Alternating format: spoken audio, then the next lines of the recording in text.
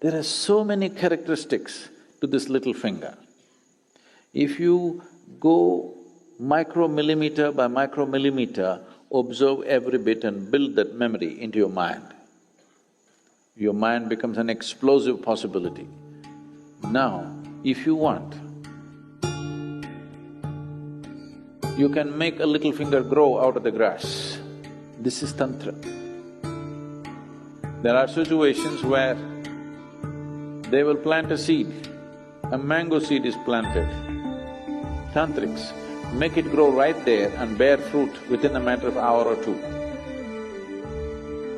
Because about shamans, becoming eagle and becoming wolf these two forms are very common for them. That was not unheard of here, but it was looked down upon in this culture. So, release the chicken's life and use that life form to do certain things for you. Rather than you taking on the chicken's body, you make that chicken do things controlled by remote-controlled chicken, all right? It is a phenomena that's been witnessed by many people, particularly Hanuman Bhakt devotees. Change of form is a very common thing among the devotees of Hanuman even today.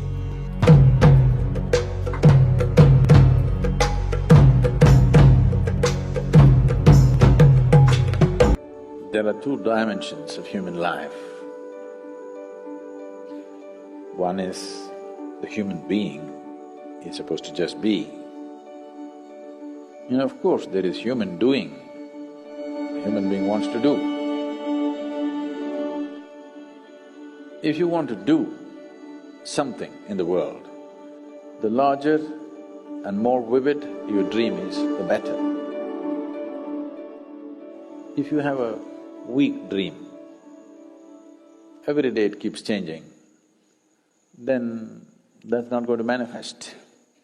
So when you want action, you need a dream. You have heard that famous speech, "Yes, I have a dream." And it did tremendous things. It changed the whole nation. It changed the culture completely just because somebody has a dream. So when it comes to action in the world, you need a dream, otherwise how? But everybody need not have a dream. If everybody has their own private dreams, they become fantasies and it'll go somewhere else. A man who's conscious must generate a dream.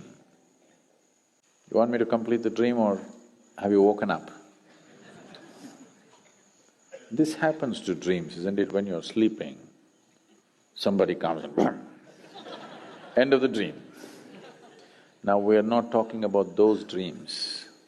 Those dreams are just exaggerated replay of so many unfulfilled things within you. Most of the dreams that people go through in the night are just unfulfilled realities which will find all kinds of weird expressions. They're just simply random thoughts running most of the time. There are 4 different types of dreams, but a large part of the dream is just unfulfilled desire. We're not talking about that kind of dream. We're talking about creating a conscious dream which will manifest and function. Devi is actually a dream. I made her up. But she's real and she works. There's one culture in the world who kind of figured this right. In India, the expression is too sophisticated for people to understand. But a simple expression was found by the Aborigine people in Australia. They refer to the world and the making of the world as dream time. God dreamt it. It's not real. Even now, God is sitting and dreaming. All this that you're all sitting here is His dream. It's not real. It's a perfect description of creation. Very simple, but perfect. This is what here we said is Maya. This is what modern physics is trying to tell you, that existence is relative. It's relative to your dream. Not you as a person, but you as a being, it is true. So if a being creates a form, a dream is a form by itself. If he creates a form, it will manifest. Of course, it needs to be supported a bit, but once it's supported, it will always manifest. The whole dimension of Tantra is just this. In the West, the word Tantra means… some fools have written books saying that Tantra means unbridled promiscuity, okay? No, Tantra means technology. The technology of creating. Tantra needs a very vivid imagination. It's like this. You can try this, you can spend some time on this. You don't pluck anything. You go sit near a tree or a blade of grass. Just vividly build the memory of this blade of grass 100% into your mind. It takes a lot of work, believe me. My whole childhood, I just sat there building the memory of small things into my mind. And just one thing, if you manage, I'll tell you, the memory of this little finger, if you build it into your mind becomes miraculous. When I say the memory, there are so many characteristics to this little finger. If you go micromillimeter by micromillimeter, observe every bit and build that memory into your mind becomes an explosive possibility.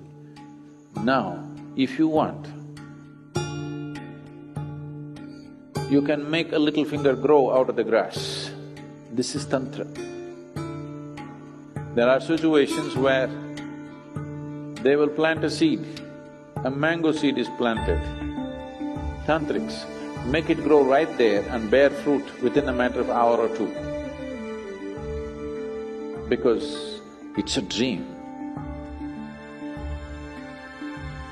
The tree is anyway a dream, your body is anyway a dream, the universe anyway is a dream. In one level, it is a dream, it is relative. So this is what we said Maya. Maya does not mean it does not exist. Dream does not mean it does not exist. It is not the way you think it is. The way you're perceiving through your five sense organs, that's not the way it is. Its nature is different. So, when I'm talking about different things, I may say different things, but they're not different. Because you're looking at it with a discriminatory intellect, they're looking different for you. Right now you're sitting there on the ground. You may think, I am sitting here. The earth thinks, you're just a lump of itself. Who will be proved right one day? Right now you can say, no, that's not true, I can get up, I can walk, I can run, I can jump. But one day, when it sucks you back, the earth will laugh at you. So, it's best tonight you sit down and look at these three things. At the end of the day, you sit in your bed and look back on the whole day from the morning you got up, how you've been going around. You will see 90% of the time you're quite stupid. I'm being generous with percentage, believe me. If you're given little work, if you're just given little responsibility, suddenly you become so important. You become bigger than the universe suddenly. How many times you expanded beyond the size of the universe? If you look at it, you will see most of the time it's bloated. How many times you became immortal, that is, you're not conscious of your mortality. And how many times Did you walk around looking at people and things around you without any sense of involvement? Just three things you watch out. You will see, you will have to laugh through the night. Don't start crying. Just learn to laugh at your stupidity. You will see all the rubbish you carry will turn into manure very fast. And manure is good for growth, you know. Yes? Every day you do this, you will become wise, believe me, very wise. And I have a need for wise people. I'm looking for them. There are a whole lot of things to do, not enough wisdom. Let's grow them.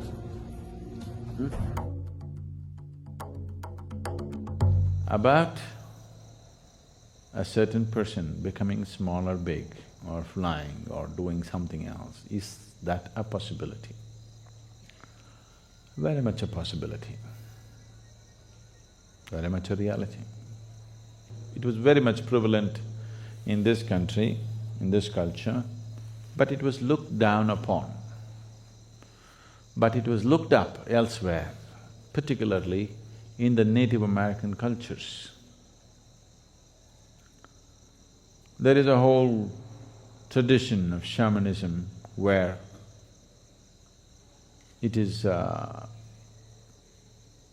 even today there's any amount of talk about how a Native American shaman becomes an eagle, becomes a fly, becomes a wolf, transforms himself into some other form and gets there and all this. So these are not just stories, it is very much a possibility that one can transform his form if he wishes to. There is a panel in the Dhyana Linga where somebody transformed himself into a form that was relevant to someone else. Have you noticed it? You did not? So, about people taking on the forms that they wish according to the convenience is not a new thing or it's not an unheard of thing. Almost in every part of the world it is there. Particularly it is being publicized in a big way about the North American and South American shamans these days, about shamans becoming eagle and becoming wolf. These two forms are very common for them. That was not unheard of here, but it was looked down upon in this culture. There it is being looked up to because this is not spirituality, this is occult. Here, our occult scientists, I call them scientists because they are that kind, they don't bother to convert themselves into a bird or an animal because the risk. There is a beautiful story about… what's the name of this sage who swallows the… You know whom I'm talking about? Ashwini Kumaras, and they went to him to learn this Shuklacharya. Yeah, he took the form of a horse, is it? Ashwini Kumaras took the form of horse and he swallowed what? Shuklacharya, I think. So, there's a whole big story which is maybe a kind of a branch out from Mahabharata, or it's more from Krishna-avtara kind of thing. So there are any number of historical events like that but that was considered crude way of doing things because when you take on the form of something else, this body has to be preserved and it can always be misused. So, there have been incidents where somebody left his body here in some safety and let's say became an eagle and flew for some time. But when the eagle came back, the body is gone. Now what does the eagle do?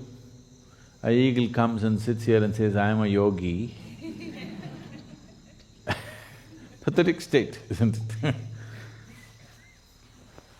Because you cannot fly, you think being an eagle is a big thing.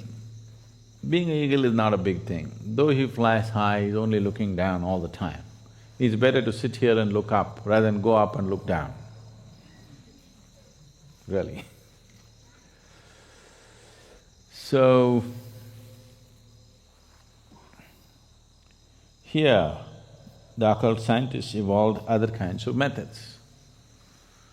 That is, they themselves do not take on other forms. They pick other forms and make the forms work in a certain way. They will take a certain animal. Usually, one thing that is heavily used is a chicken. Oh, you think that's a waste, huh? So, they will release the chicken has to be young and vibrant chicken, uncooked. So, release the chicken's life and use that life form to do certain things for you. Rather than you taking on the chicken's body, you make that chicken do things controlled by remote-controlled chicken, all right? A remote-controlled chicken is better than you becoming a chicken, isn't it? Because you becoming a chicken, there is a risk. You left your body and you went out as a chicken and tried to do something and you've become somebody's tandoori. So, they evolved better, more sophisticated methods to deal with the same things. Is that possible? Hanuman becoming small, big, very much possible. And even today, it is a phenomena that's been witnessed by many people, particularly Hanuman the devotees. Change of form is a very common thing among the devotees of Hanuman even today, because that is the trend he set. Hanuman is a Superman. Okay, a little bit of tail and facial features, the rest is Superman. He is a Superman. His strength is his devotion. The devotion in his heart is so strong. Because of that, he stood out shining, because of his sheer devotion. So, even if you happen to be a monkey, if you're a devotee, you can transcend your monkeyness and become something phenomenal. That's the story of Hanuman. It works even if you happen to be a donkey.